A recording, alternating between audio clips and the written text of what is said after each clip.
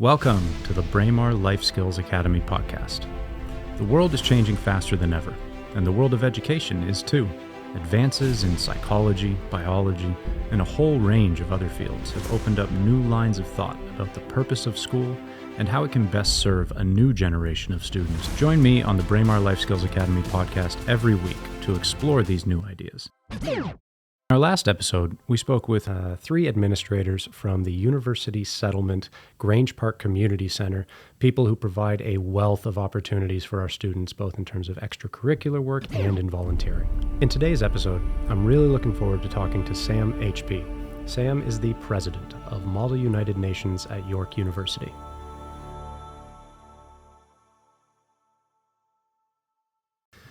Welcome back to the Braemar Life Skills Academy podcast. I'm your host, Mike Helsby, and I'm joined today by Sam HP. Sam is the president of Model United Nations York, and we're excited to talk to him about his experience in that position and also, of course, what a high school student might get out of participation in the Model United Nations. Sam, thanks for being with us. Why don't we just start off, tell the folks at home who you are, how you ended up at York, how you ended up in this position, the presidency of Model United Nations, and maybe a bit about your role there. Sure. Thanks, Mike. Well, as you know, name's Sam HP. How do you do? I actually never went to York originally. I was at the University of Liverpool in the UK. I was actually an international student. And when the COVID-19 pandemic happened, I immediately ran back to Canada. And then I joined York in my second year, and I'm majoring in political science, so maybe that could help you why I preferred Model UN. I joined the club in my third year, and it was I did Model UN in university in Liverpool, so I was familiar with that. I did it in grade 12 in high school. That's where I first started Model UN, so that's where I got a little bit just of what it is, where I went to my first conferences, where I won my first award. But no, York it wasn't the same as Liverpool in the sense of how Model UN was structured. It was kind of in a rebuild phase. There was only one existing member left of the club, and I was the second hire for the club once during the COVID lockdown pandemic in my third year. And then from there, we grew the club. And I started off as the chief of staff, first year, first time joining the club. And then this year, by unanimous decision, I was named president because I was the most experienced. I've been to competitions in person. I won awards. I got that international domestic knowledge, I guess, if you want to call it like that. And yeah, as president, my tasks are literally all the administration work, ratifications, funding, talking to the hundreds of departments on York because everything's decentralized. But it's an overall great. Yeah, that's all I got to say on that. I was going to say, it sounds like you were thrown into the fire and then very quickly gained the confidence of the people you were working with to be voted president unanimously in your second year. It's impressive. Yeah, thank you. Yeah, sure. Yeah, so yeah. Yeah, you can feel good about it. But before we jump into the specifics of Model UN York, and Braemar had a bit of a history with the Glendon College Model UN, which is, I believe, your predecessor, and that was kind of interrupted by COVID, and you've, as you say, sort of resurrected the club in a slightly new form. Before we jump into that history and the minutia of it, I just want to give the folks at home a chance to kind of catch up if they're not quite familiar with what Model United Nations is. Most people are pretty familiar with, at least broadly, the mandate of the international organization, the United Nations. But Model United Nations is something quite different, quite unique, and in terms of the educational experience itself for students, something that a lot leave high school or perhaps leave university with that as one of their primary memories, one of their really, really fond and impactful experiences from that time. So if you could, with that as your setup, can you just tell us what is MUN, Model UN, the general procedures associated with it, maybe some of its history, and especially how is it relevant to students, high school students, poli-sci students, university, et cetera? Gotcha. So unironically, Model United Nations it's older than the actual United Nations. It was founded in the 20s, and it used to be called Model League of Nations, or the old school term.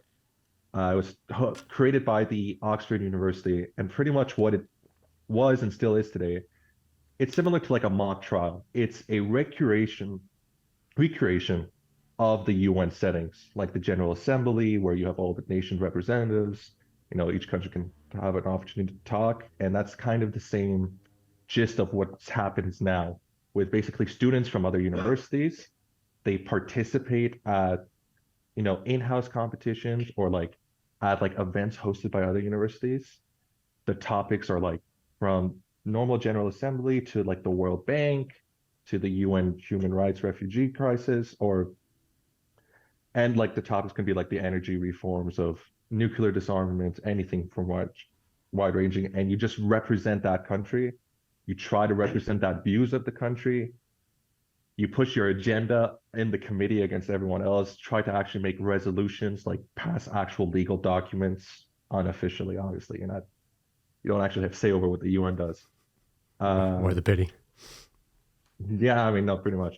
But that's gist of what it is. And Mall UN now, uh, after it was created in the 20s, Oxford kind of that club kind of ceased to exist after a while. And then Harvard in Boston, it became the leading forefront of Mall UN conferences. The first conference was actually held in Pennsylvania in the US in 1947. And that was the first time they called it Model United Nations after the whole League of Nations kind of went down. Mhm. But since then, I believe every country in the world, especially in Western Europe and North America, they all have a competition hosted by various universities. There's some like actual international organizations that host the conferences for university students and for high school students as well. And it's a multinational encompassing thing. Like everyone has something of it. But yeah, Yeah, I mean, I coached our Model United Nations team for 3 years. Um, and I was immediately struck by just how far up in terms of intensity and quality some of these competitions go. Like yeah, we had a lot of students who were new to the to Model United Nations and its procedures, and so we started at thankfully the Glendon MUN conference, which was a really nice introduction, and they kind of treated us with kid gloves and gave us far more leeway and probably grace than you would typically see at some of these competitions. Like when you see Harvard and Berkeley and Stanford and some of the, as you say, teams that are representing not just schools but maybe a city or an area or even a country, it's impressive.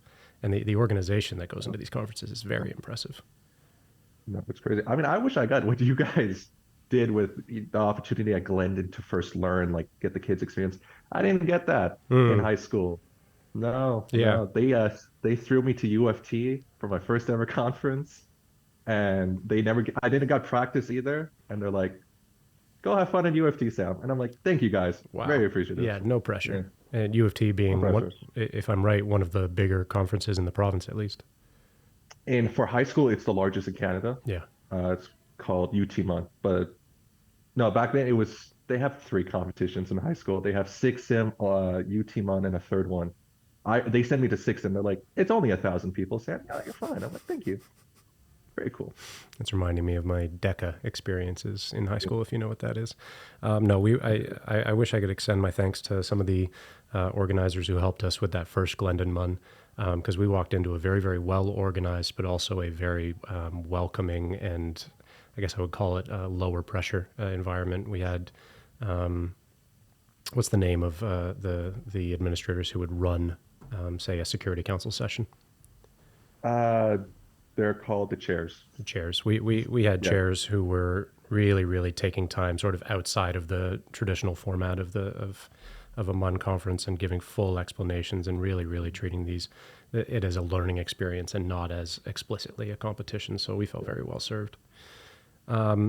As the president, and having been thrown in this way, but Yeah. obviously adapting quite quickly and quite well. What are your main responsibilities? Like I know you're in the midst of setting up a conference for this coming April May. It was originally planned to do April, May. Uh, this year when I took over as president, I decided that, which again, why the Glendon chapter technically doesn't exist anymore, is I noticed that we had a lot of Kiel members, part of the club. I'm a Kiel student. Hmm. And for people who don't know, York has two campuses. One's the French campus. They have three campuses, really, the two major ones. One's the French campus, bilingual at Glendon, and then one's the just pure English campus at Kiel. And I decided during the summer that since we're just at Glendon, we can't get any of the resources that Kiel offers clubs, but we have a lot of Kiel members. So I just contacted both departments, both campuses, and said, how about for the first time in York history, we have one campus for both, one club for both campuses? And they're like, well, we never did it before, but okay, you'll be the mock trial. And I'm like, thank you guys. Uh, but that for the conference, because of doing that and basically a rebuilding year, we're now postponing it to the fall of Mm. 2023 Okay. because all the new executives who are coming in, the new members, they have to be trained up. They need more experience at competitions to be able to then host students from high school to come over and give them a proper like learning experience. We could do one, but I want it to be the best quality and the best for the students to actually learn and appreciate. But yeah, 2023 fall. Yeah, that's 2023 what it is. fall. We got it. You heard it here first, folks. Um, yeah, and I completely appreciate that because, as I said, I think if with the group that I originally brought to our first conference, myself included, if we had just gone into a really tightly run, highly competitive environment, some of our students would have drowned. Right? They would have been completely at a loss, and it wouldn't have been a learning experience. It would have been ultimately probably a negative experience for them. And so, yeah, completely appreciate the amount of time it takes to train a staff and to prepare for a session that is going to have that kind of space for learning. Yeah. And we'll look forward to hopefully participating in fall 2023. Uh-huh. Yeah. Um, so let's get into what Model UN might look like for a student. Let's say I'm a parent out there and my kid comes home and they've got a brochure for this new organization, this new school club that they want to join, Model United Nations. Yeah. What would you want to tell that parent, pros or cons? What is that student looking at in terms of time demands, focus of attention? What is going to be asked of them in terms of demonstrated skills, et cetera? Is this how could you make the pitch for Model UN to a parent who's wondering about it? The pitch would be it's a great opportunity to actually meet and talk with other members of the club or like socialize with people because you have like clubs that are more of the if even if she's like the like sports wise or even the mental ones like chess or soccer or basketball there's no really actual verbal communication slash actually talking to each other for like long durations of times. It's like you play it. I was part of the soccer team. We trained, we played, everybody went home. Hmm. Nobody talked to each other anymore. With Model UN, the benefit is you can talk to people during, before, and after continuously because there's always something to discuss, whether it's the meeting you just had, the topic you guys were talking about, competitions you guys are planning to go in weeks or months down the line. You always have the opportunity to see them in person and talk to them comfortably, naturally, sit down. It's not you don't have your blood pumping 24/7 with like endorphins. Like you can relax and talk to people and it's not that stressful. And if I was pitching like the pros and cons of it, the pro is and the con, it's a time commitment and also not a time commitment in the sense if you want to do meetings, I don't know what you guys at Braemar do, but in high school we just had one meeting once a week for 1 hour. And university we're having this it's similar, it's 2 hours a week. Hmm. So that's not really a huge 24 hours in a day. People usually can spare 2 hours a week. Yeah. uh, the con is if you want to go to a competition like for you guys Oman, which is hosted by the UFT for high school students. I believe that's a 3-day conference for 8 hours a day, Yeah. and it's probably Friday, Saturday, Sunday, if I can remember correctly. That's a time commitment for a student because he has to travel to the university. He has to be in a room for like long hours during the day. If he has homework due the next week, he really can't do it on the weekend. that's where the time commitment comes in. But for like a casual person who just wants to meet once a week, talk with other people, it's no problem. That's the pitch, Mhm. pretty much. Great place to learn and Yeah. meet new people. I mean, we've seen it firsthand, but you're so right to emphasize the communication skills that are a part of this and the emphasis on it throughout, whether you're in competition or just in your, exactly as you said, we do 1 hour a week, one full lunch period once a week. Our philosophy and debate society turns into a Model UN club in the months leading up to whatever conference we do. Shout out to our teacher, Mr. Sean Dunsmore, who's been leading that group for a good couple of years now.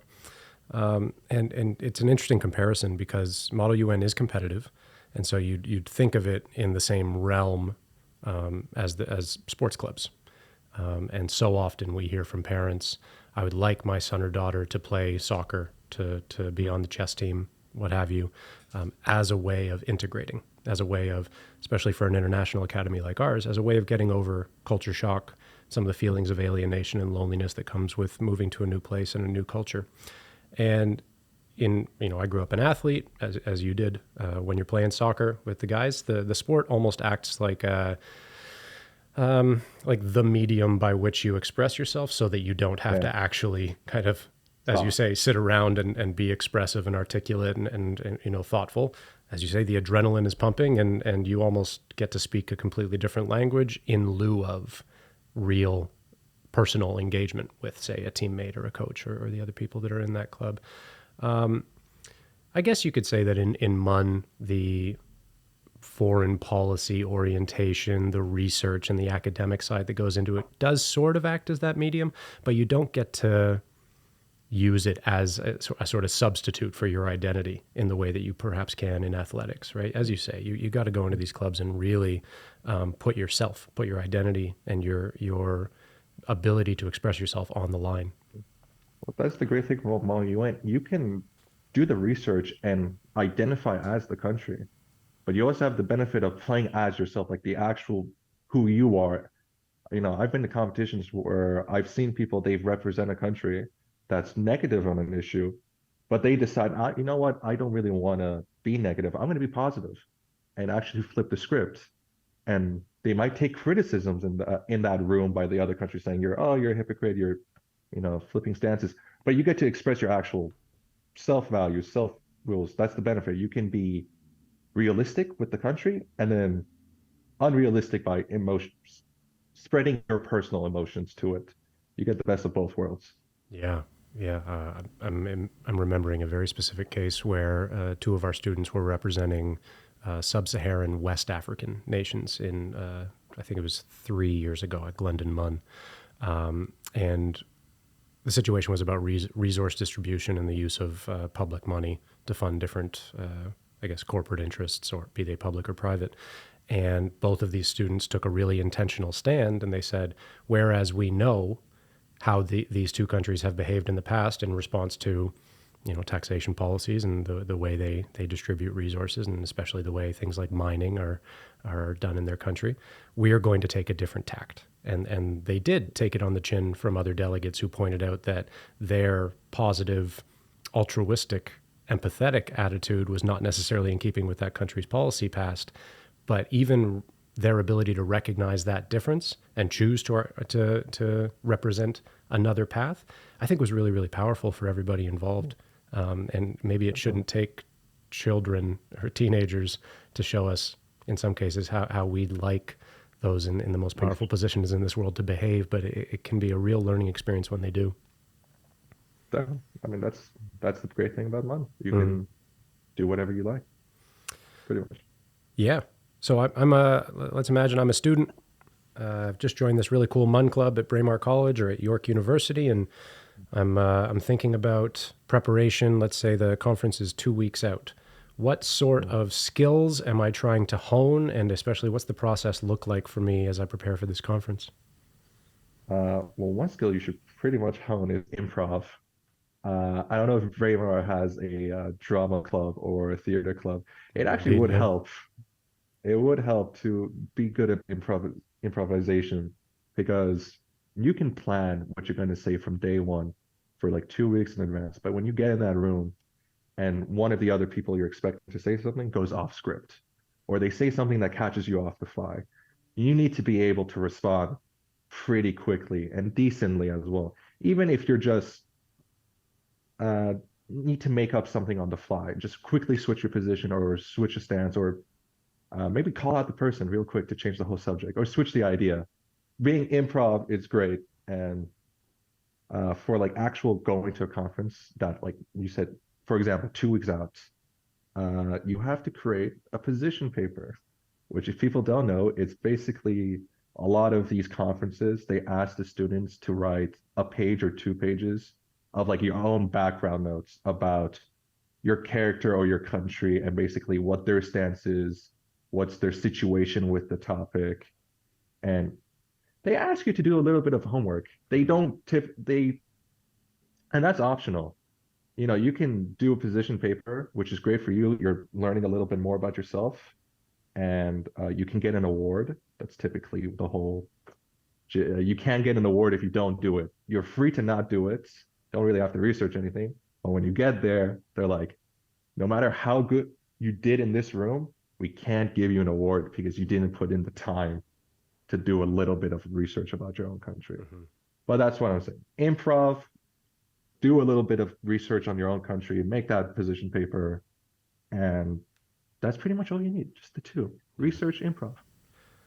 And Yeah, you can do more, but yeah. and when you say it like that, research improv, it doesn't sound necessarily so onerous or impressive. But boy, it's when you start thinking about the demands of the information marketplace that we're sending these students out to after their education, it's hard to think of two more valuable skills than that, right? In really any field, if you can't think fast on your feet and either turn a situation in your favor or express yourself clearly and well in a high pressure moment, it's going to be difficult to survive in the business and information world, right?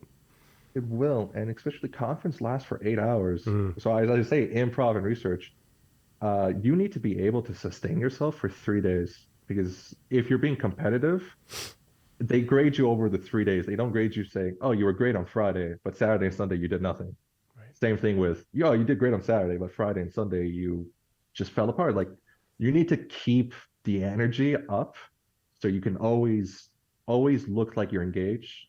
Even if you don't have anything to say, it's better to talk than not to talk. It's the whole thing with teachers in high school and university. If you don't know a question, just write something down because at least you'll get some partial marks. And that's the thing with monument. Keep that energy, be engaged, be active because you need to last Hmm. for literally 16 to 24 hours on average for a competition. I mean, it's an underrated aspect, but we're talking about intellectual stamina, resilience, both, I think, mental and emotional resilience, especially when things aren't maybe necessarily going your way in negotiations or in debate with other delegates, and real like poise and professionalism. There just aren't a lot of opportunities in teenage life, at least not as our society has constituted it, to dress formally, talk formally, stand formally, and behave with a real sense of responsibility and pressure on you, right? We tend to reserve those situations for professional and adult life. So giving students a pretty big runway, giving them weeks leading up, giving them, making sure they're well informed about what's coming their way, but then putting them in that 3 day gauntlet, right? That Exactly. intellectual test. It stands as one of the, I said earlier, one of the 4 or 5 real big moments that I remember thinking, holy smokes, I'm learning something here when I was in high school. And I think probably that memory also is so resilient because of the high pressure that was on me. Mm. So Sam, given that that's the case, for the students out there who maybe haven't been in a position where they have to exhibit that kind of poise and intellectual stamina, maybe they have that very common phobia about public speaking or expressing themselves in front of lots of people. Any tips for that student going into a conference? Uh, Realistically, just take it easy. I mean, at one point or another, everyone in that room that you're currently with had a first time going at this. Not everyone went into a room and hit a home run on the first time they're speaking. It's a natural process, even if it's your first time and you're really shy or you're just hesitant because maybe you'll say something wrong. There's no shame in it. Like everyone, it's a learning curve. The more you do it, the better you get at it.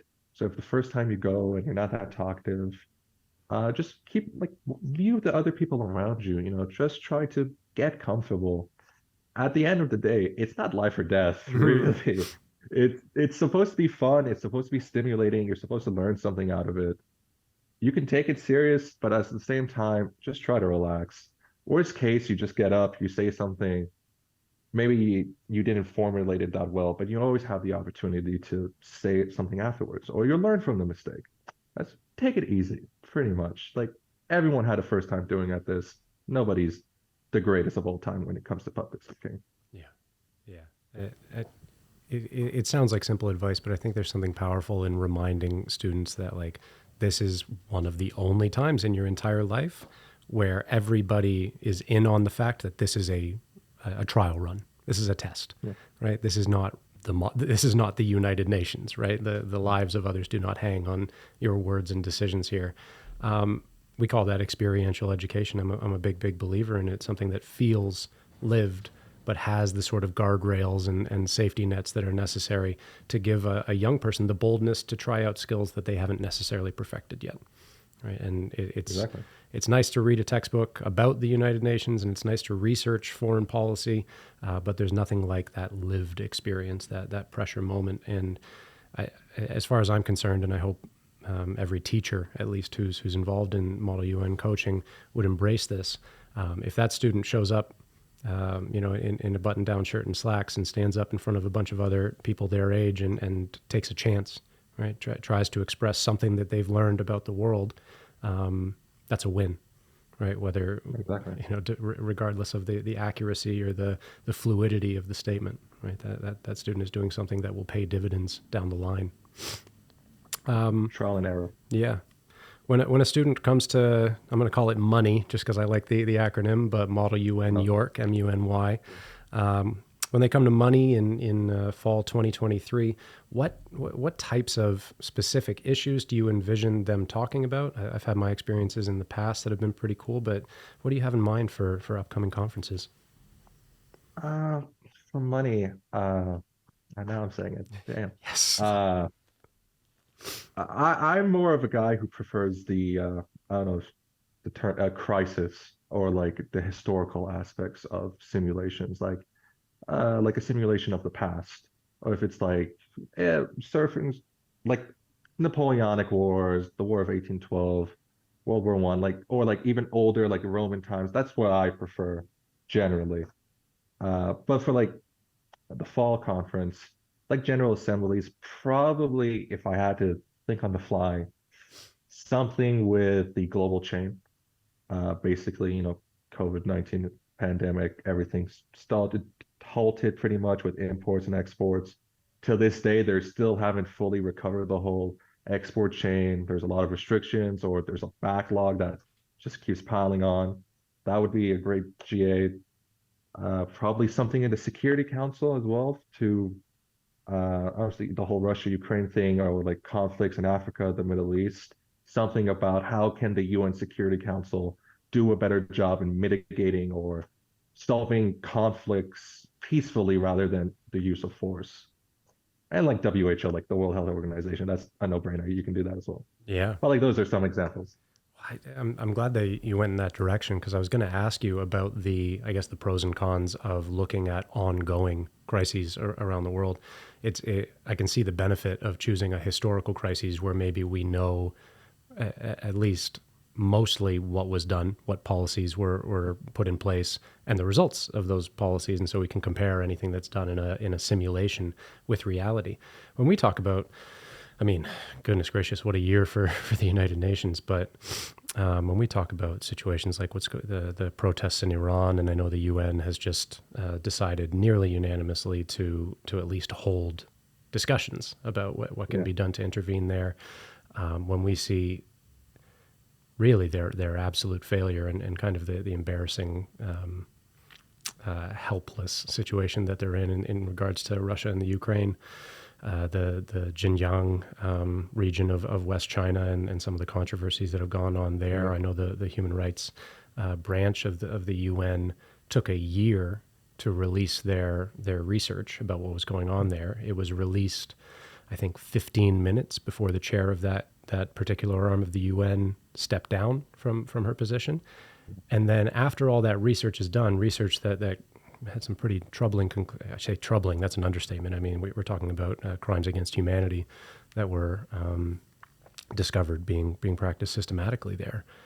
It goes to the next move is for a vote about whether to discuss this issue. And having just done this research, I know that vote went 19 against, 17 in favor, and 11 abstentions. Right? And you talk about when they're trying to debate intervention in Russia, Ukraine, 40 countries abstained from that vote. And then, of course, you've got a Security Council member who can veto any outcomes of that vote that they want. Same with China. That's a long way of getting back to the question. Yeah. When you're thinking about simulating some of these crises, right? Whatever, and I've named 2 or 3, but sadly there are probably hundreds we could name. What do you see as the real upshot of what I see as probably taking a chance on that? And do you see any potential dangers or potential negative effects of dealing with something that really hasn't been resolved in real life yet? Well, for the simulation, usually the idea is everybody, no matter which side you are on, if you're the US or if you're Russia Security Council, you're you're supposed to come to an agreement, whether that's great for the real world or just in that room. You're supposed to make compromises, something the UN actually doesn't do in real life, but in that purpose of that room, those students participating, no matter the age group, the idea is we need to solve this problem, and we're not going to throw a tantrum if we don't get our way and slash veto everything. But like that's the whole. Unironically, the kids are trying to act like adults, and the adults are acting like the kids Not in sure real how it life. looks from the outside. Yeah. Yeah. But for like top, like I've been to conferences where we've done the Israel and Palestine issue. We did Afghanistan, where I was Afghanistan, and we were talking about the whole Taliban thing, which was not fun for me. Mm, But those rooms can get heated, especially if you're representing a country that's either unanimously pro one of those issues, like you're pro Israel or pro Palestine.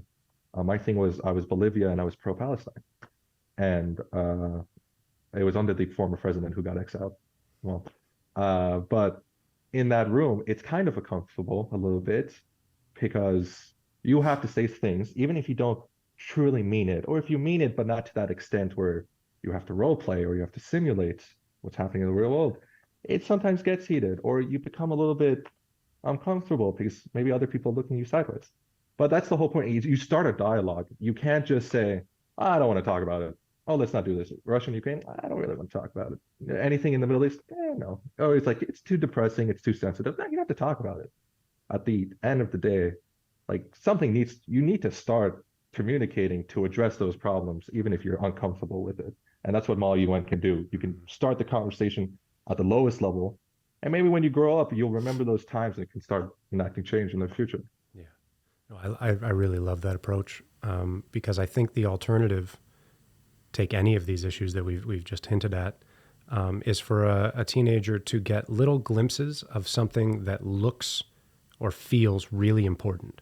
Right? If you're an uninformed person, if you haven't watched much news, you're still growing up in this world, and you see a reference spoken in a very severe tone and a passionate tone to the Israel-Palestine conflict, and you have no other information, you can go 2 routes there.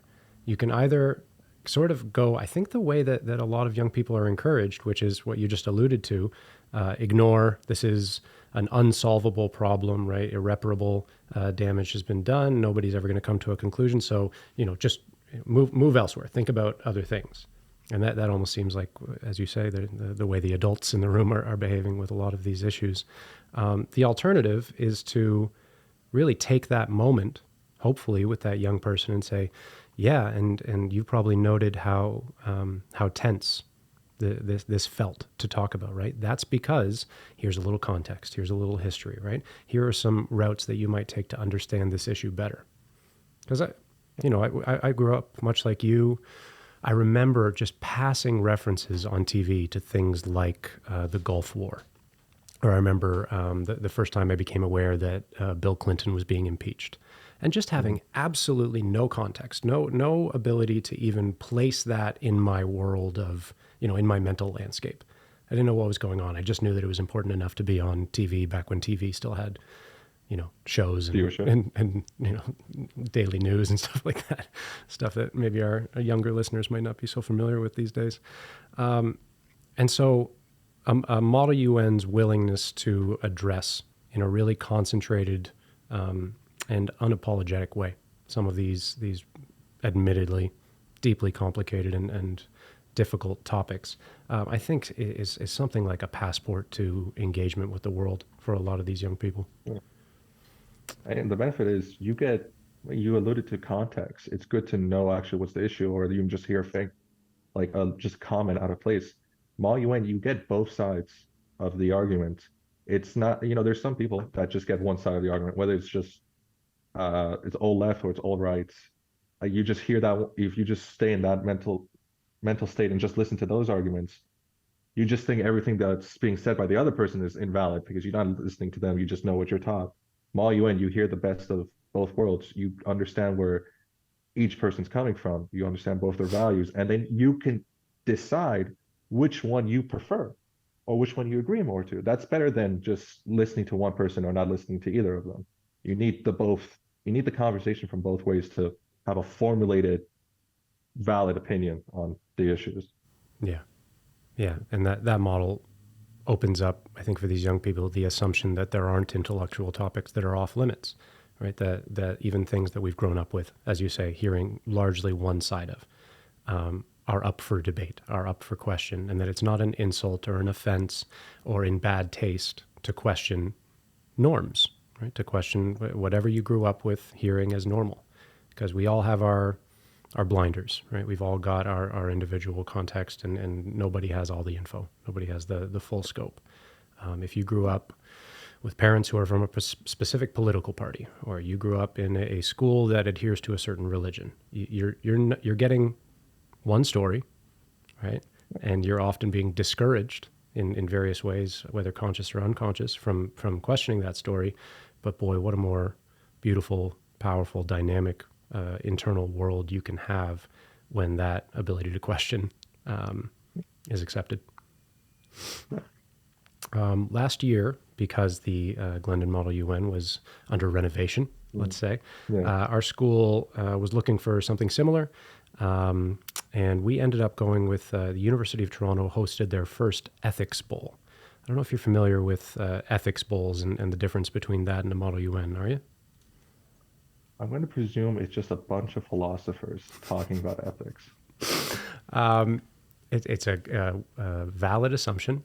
It was run out of the philosophy department at U of T. But it's young people who certainly don't need to be in a philosophy class to participate. The primary difference is I think Ethics Bowl is largely a response to debate societies, which Model UN might fall as a subsidiary of. And the ultimate goal of a debate society, which, as you said, is to certainly hear different sides, but ultimately pick one and then push, argue, cajole, negotiate your way towards the closest version of that as possible. So you do end up with Model UN. You have an agenda. You have a side, right? And you're ultimately, hopefully, in as collaborative a way as possible, you're trying to defeat another side, another policy approach. With the Ethics Bowl, the idea is you're rewarded not for defeating. In fact, you're punished for diminishing or in some ways, I guess, erasing the other side.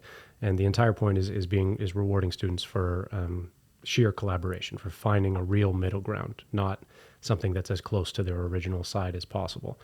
Do you see value in that? Do you see ways in which Model UN also does that? And do you see any pitfalls in that type of approach? I think the idea of the Ethics Bowl is noble in the sense that they want everyone to come to the exact understanding, to not just bully you or outvote you in the sense of how you're explaining. They want you to see the light in the sense of, let's create this idea where we all agree to it, and not either side is dominating the equation. that's very utopian, which is a good thing. Hmm. But in terms of realism, Hmm. that's not, you can't always expect the other side, even if you have the most passionate argument, the most knowledge, you have all the facts, all the evidence, overwhelming amount of people support it. There will always be the couple outliners who are saying, nah, for any reason, just nah, I don't really want to agree to that. And I'm sticking to my principles. And that's what you get with Model UN. I mean, even if you get 90% of the room to vote for you, it still passes. Or if you get 51% of the room to pass for you, it still passes. Because democracy. Uh, I like the ethics poll. I think it's a great thing to do as a side thing. Like you can be in both Model UN and in the ethics poll. Yeah. I think both help each other. Ethics poll will probably make you a better convincer or increase your persuasion ability than comparative to Model UN, because Model UN just get that majority, and no matter what the minority says, you just push your agenda through. Yeah. I think that's the benefit of ethics poll, but I'll still do Model UN. No, I think I would get really tired with the ethics poll after a while because we're just all agreeing to the same thing at the end of the day. I'm like, Yeah. great. Yeah, I totally see your point, and my instinct is to want, I guess, if I just think of it very, very generally, I certainly don't mean any negative connotations with this, but as kind of hard and soft arguing, or what you've phrased as persuasion, I think I'd prefer to take a stand and really learn how to defend a point rather than go in with the assumption that I'm going to be compromising, perhaps even something that I hold in very high value. And I mean, we're seeing the implications of these types of skills and these types of situations playing out in real time all over the world. The thing that immediately comes to mind, I don't know if you're up to date on the Kevin McCarthy House Speaker situation. Have you seen any of this? Uh, yeah, I've seen it. So we're here recording on January 10th, and I believe Kevin McCarthy has just been Nominated. yeah, voted in Speaker of the House. He got his majority, whatever he needed, 218 votes or something, after 15 consecutive failed, or 14 failed votes. He got it on Yeah. the 15th try. Now, this is a situation where you have two sides of an organized government body, the American Congress, refusing for an embarrassingly long period of time, an unprecedentedly long period of time, to come to anything resembling a compromise.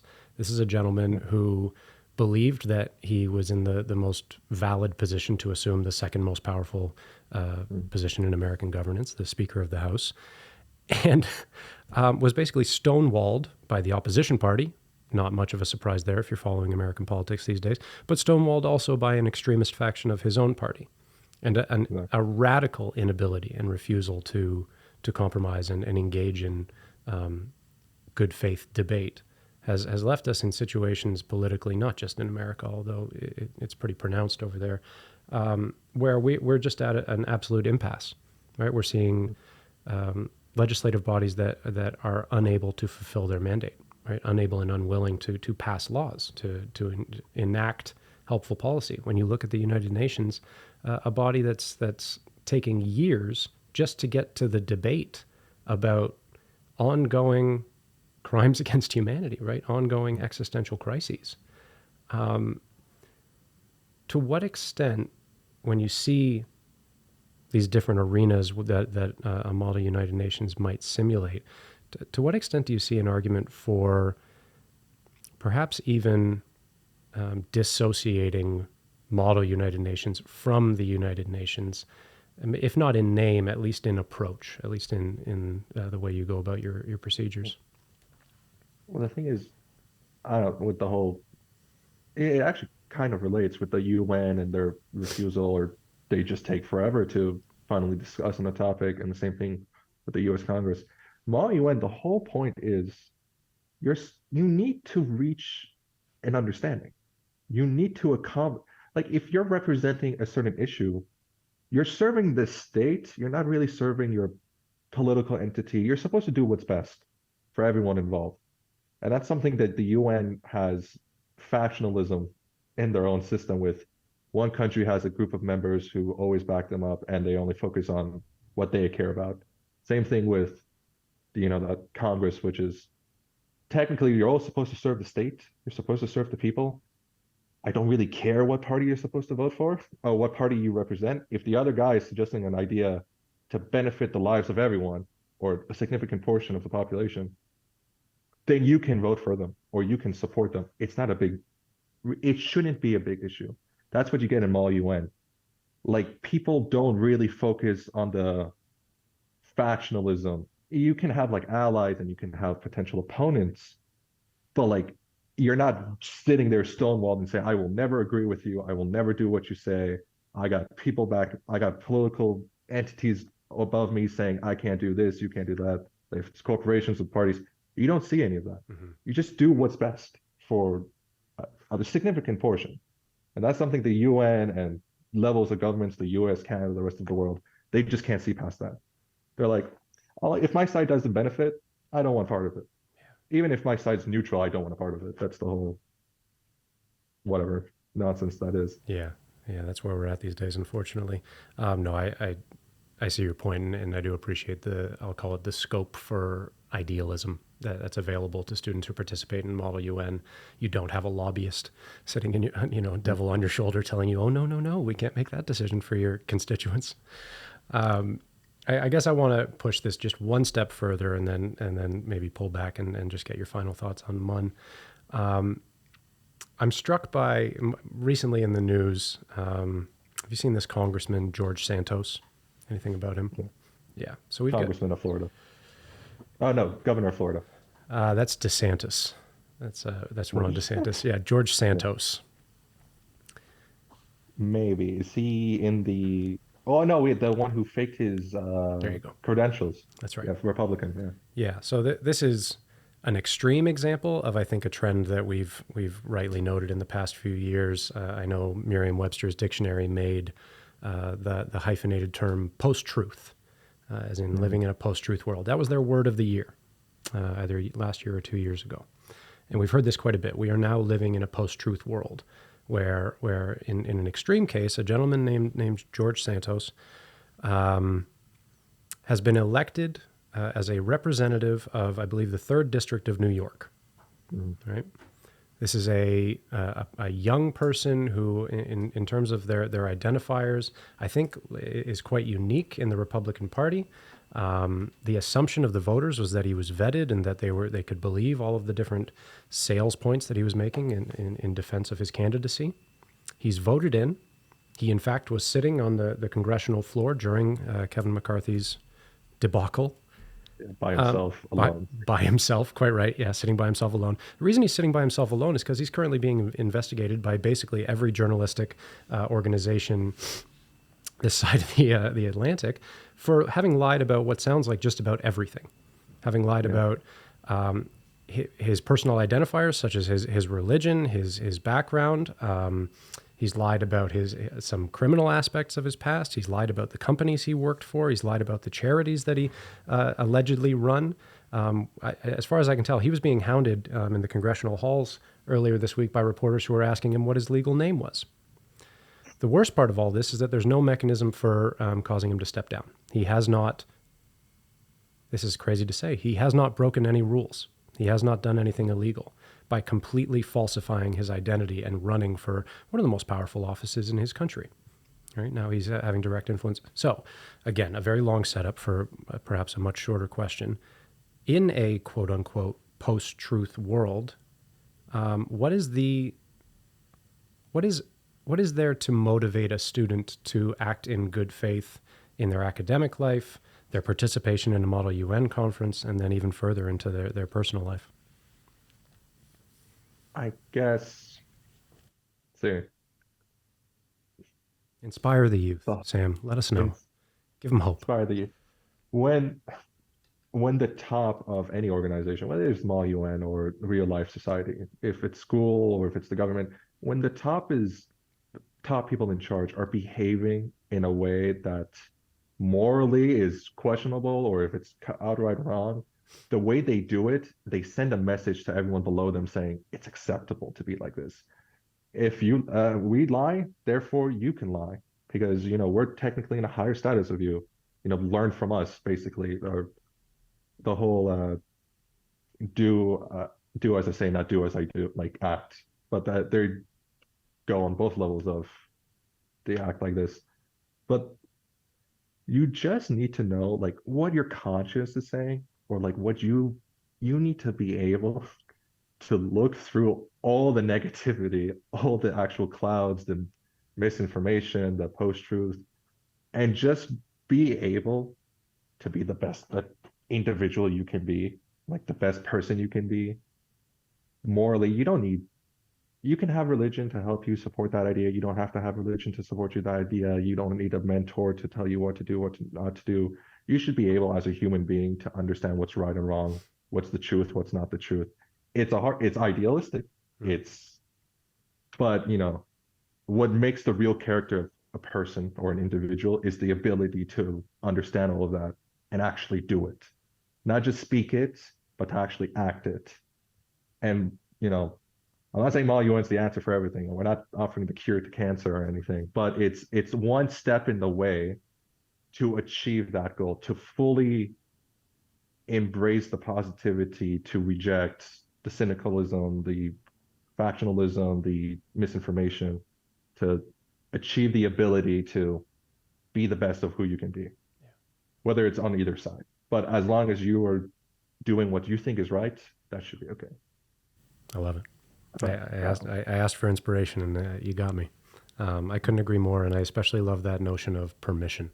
That when you witness behaviors being conducted by perhaps those who are held in esteem or who have status in your society, that behavior is permission for you to behave the same. And when you behave what you've called idealistically, I think what we can also probably call rightly, that's permission for others to be brave. That's permission for others to think a little more deeply in a little more nuanced way. And I think that's the great value of not just MUN, but any educational organization that gives students the experience of really, really thinking through their situation, applying their values to it, and finding a way to stand for it. Often against others who are perhaps not acting in such good faith. exactly. So I've been inspired by Sam. Let's say I'm 15. I listened to this podcast. I said, boy, he may say it's idealistic, but I want to live up to those ideals. Can you just give the young people out there some resources? What can they look at just to give them a better sense of what MUN is, and how can they get started in their own school, perhaps if they don't have a ready-made MUN program to just walk into? Well, if they do have a ready-made model, MUN, you said it. You have a man named Sean who's in charge of the Braemar Mall UN. So if you're a Braemar student, go ahead. I mean, I presume there's office hours, there's an email. You can contact Sean directly. If you don't have a MUN society, it's not that hard to create one. I mean, all you have to do is you can just have 5 members. You don't need 45 people waiting at the doorstep. You can have a small collective group of people. If you can get like a teacher who's interested, who wants to be your faculty advisor, that's great. You can ask around. It's no shame, or like, it's not to convince a teacher to give you them 30 minutes, maybe an hour of their time a week. It's an ask, but if you're just very nice about it, polite about it, say what you really want to do. You want to participate, communicate, learn new things. That's no difficulty. Like in high school, we didn't even have a faculty advisor. Mm, We kind of just had the group of people and like, yeah, this wow. counts. Let's Good do for it. you. Yeah, I mean, on paper we had a faculty advisor. He just never showed up. I see. But it's not that hard to create one. And if you already have one like you guys have, it's just very simple. And it's great if you have a good leadership structure, or like the people who are in charge of it are like doing a great job, then it's more beneficial for you. Uh, that's the great thing about having sometimes leaders, because they'll arrange and organize everything for you, and you can just have fun, learn things. But yeah, it's not that hard to make a club.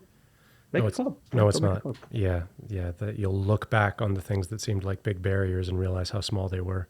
And we couldn't be more thankful. As you said, we look to your leadership and to Glendon Munn's before yours. When I started MUN with one of our teachers here, Miss Connie Chong, we didn't know what we were doing, right? We didn't know how to organize this group.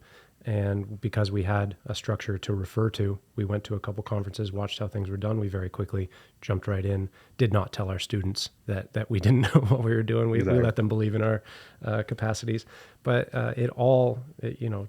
despite all of that, it was a wonderful learning experience for all of us and has continued to be.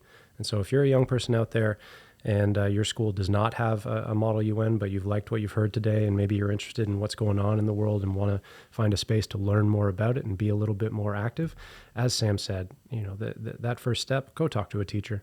Go ask, the one who's given you the time of day before, hey, is there anybody on staff who might be able to give an hour a week to help me and a couple of my friends set up a Model UN? I think you do that, and the sky's the limit afterwards, because there's a lot going on in this sphere, and maybe one day you find yourself at a Harvard conference or a Berkeley or a U of T. Exactly. Hey, greatest time to be alive. You have a lot of topics to talk about. Yeah. There's, for better or worse, there's no shortage of material. Well, Sam, thanks so much for taking the time to be with us and to represent MUNY. Best of luck with the training and all the myriad preparations that go into running that fall 2023 conference. We'll certainly look for your email invitation whenever those are ready to come out. Any final words before we let you go? No, thanks for having me. I appreciate the time. Sorry I couldn't be there in person. Hey. School, university life, driving, it's a hassle. But no, I love being able to. Thank you for inviting me. Thank you for accommodating me on Zoom. And I wish you guys luck. I don't know if you guys are going to any conferences this semester. If you are, I wish you guys win all the best delegates. Thank you. We appreciate it. Yeah, we certainly look forward to some success there. Sam, we'll hope to be in touch with you soon, but all the best till then. You too. Thank you so much. Bye-bye. Bye. And don't forget to tune in again next week when I'll be speaking to Dr. Kevin Bryan. Dr. Bryan is a professor at the University of Toronto who's going to be talking to us about OpenAI's new product, ChatGPT, and the implications of artificial intelligence on things like education, communication, and the world at large.